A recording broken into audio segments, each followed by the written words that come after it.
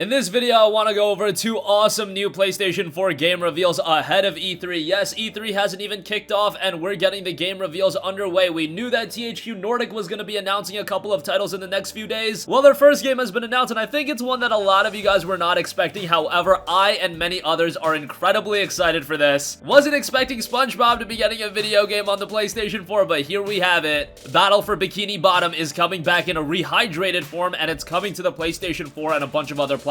We'll talk that, as well as Watch Dogs Legion being officially confirmed by Ubisoft and more info coming at E3. Remember, Amazon UK had that leak, and I'll go over some of the information if you guys are unaware of what to expect out of that. Also, I mentioned THQ Nordic and their plans to reveal a couple more games. They revealed the Spongebob title today, but they're going to be revealing two more games, one tomorrow and one the day after that. I'll give you guys a heads up as to when you can expect the reveals and exactly what to expect. I've got a couple of ideas, but I was not expecting a Spongebob game at all, so who knows if my ideas will come to fruition. On some unfortunate news, Naughty Dog is shutting down PlayStation 3 multiplayer servers for Uncharted 2, Uncharted 3, and The Last of Us in September. They're actually giving away the DLC for free right now. Little bit of a bummer, but given the fact that it is 2019 and these games are incredibly old, that they are last generation titles, I don't think people will lose too much sleep over it, but it's always a little bit of a bummer, and we'll talk that at the end of this video. But first up, let's go over all of the new game reveals. SpongeBob SquarePants Battle for Bikini Bottom Rehydrated has been announced for PlayStation 4, Xbox One, Nintendo Switch, and PC. Wow, I was not expecting THQ Nordic to really go down the rabbit hole and create a brand new SpongeBob game, but here we have it. Now, this is Battle for Bikini Bottom. It is an upgraded version, but I am very excited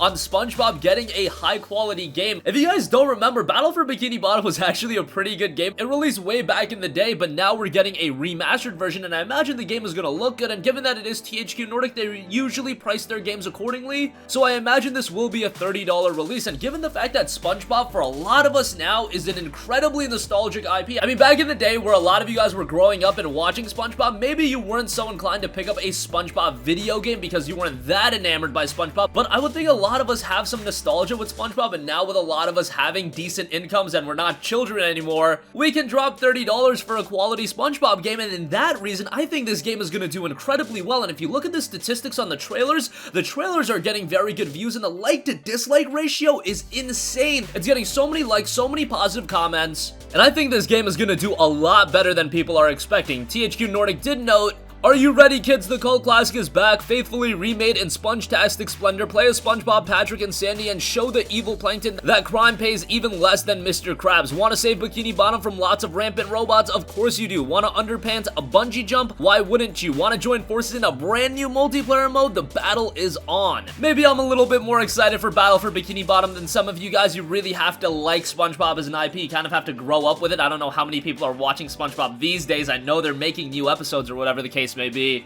but obviously this is something that's more a part of my childhood. But being able to relive SpongeBob through Battle for Bikini Bottom, all those iconic characters, of course I'm gonna be all over it, especially if it's priced accordingly. Again, anything above $30 I think would be too expensive, but if it's at $30 I think it would do really well. And we've seen with games like World War Z, pricing a game accordingly is a lot more important than people make it out to be. That game did incredibly well, and I think Battle for Bikini Bottom will do really well, again, if it's priced reasonably well. We don't have an official release window for that, but I imagine it will be a 2020 game. If it was a 2019 game, I would think we would get a release date, but who knows? Maybe they'll reveal more information soon, and the trailer didn't really go in depth much, but we already know what Battle for Bikini Bottom is all about. So again, that'll be coming to PS4, Xbox One, Switch, and PC sometime down the line. Also, if you had your skepticism on Watch Dogs Legion, even after that Amazon UK leak, it has been officially confirmed through the Watch Dogs Twitter account that yes, Watch Dogs Legion is in fact real, and they tweeted "God Save the NPCs" reveal at E3. Now, if you're wondering why they mentioned God Save the NPCs, well, the gameplay mechanic in Watch Dogs Legion that is incredibly exciting is the fact that apparently you're going to be able to play as every single NPC in the game as well, so that'll add a new twist to the Watch Dogs gameplay. And here's a description of the game from Amazon's UK page. Watch Dogs Legion is set in the near future dystopian version of London. It's a post-Brexit world in which society, politics, and technology have changed and altered London's fortunes. London is one of the most iconic cities in the world and has had a massive influence on all of Western Western culture for centuries. London makes total sense for Watch Dogs as the city has one of the highest surveillance levels in the world. And here's the very interesting thing that was noted on the Amazon UK page. Play as anyone. Every individual you meet in the open world has a full set of animations, voiceovers, character traits, and visuals that are generated and guided by gameplay systems. It seems like all of this is very accurate. Jason Schreier of Kotaku confirmed the report, and now with Ubisoft going on Twitter through the Watch Dogs official Twitter account, looks like Watch Dogs Legion will in fact be happening, and I do believe that this game will be released later this year. I've gone over my reasoning on that, but nonetheless, a lot of reason to be excited for that. Hopefully Watch Dogs 2 is one of those games that's put on sale as a part of the Days of Play sale. I think that would be a perfect time to put it on sale,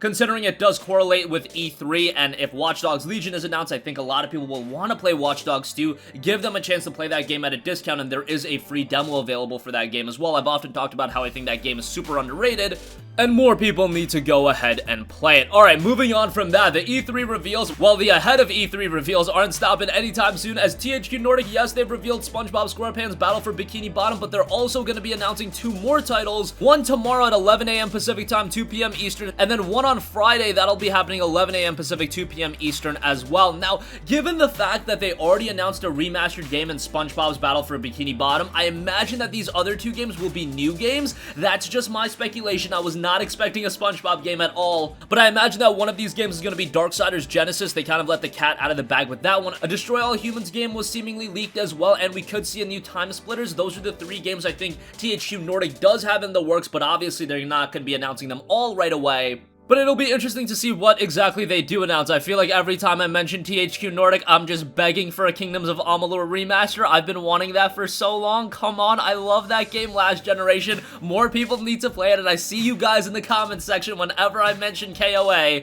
It seems like some of you guys just try to give me a virtual fist bump, and I'll definitely take it because some of us played KOA and we loved it, and I just want to see that IP done justice with a remastered version and then a sequel sometime down the line. You have to do a remastered version before you do a sequel because you want to get gamers indoctrinated into the game again. Given how big budget of a game the first one was, I imagine the second one will be a rather big investment as well. I don't think that's the smart route to go, but hopefully a remastered sooner rather than later, but I don't think that's going to be one of these 2 announcements. I do think Darksiders Genesis is one of them, and I think that third game, I really don't know. Maybe Destroy All Humans, maybe Time Splitters, maybe something else completely unexpected because THQ Nordic is just hoarding a bunch of these IPs, and they really have this toolbox of so many different IPs that they can pick and choose what they want to do. It's a great time for THQ Nordic, even though they're not a studio like an EA, like a Ubisoft, that is plastered everywhere in the mainstream gaming world. What they've understood is that they don't need to invest a ton of money into these games to make profit. Darksiders 3 was a game that, yes, critically it was received kind of mixed, but it did break even rather quickly, and now that game is making a ton of profit. That is the most important thing for THQ Nordic. We saw what happened with THQ, bad financial decisions. With THQ Nordic, they're making strategic decisions, and I think that's going to pay dividends in the long run. Alright, lastly, and this is a little bit of a bummer, Naughty Dog is shutting down PlayStation 3 multiplayer servers for Uncharted 2, Uncharted 3, and The Last of Us in September. This was officially announced by Naughty Dog today, and it is a little bit of a bummer. Honestly, is it all too surprising? No, we are headed into the PlayStation 5 and that generation, so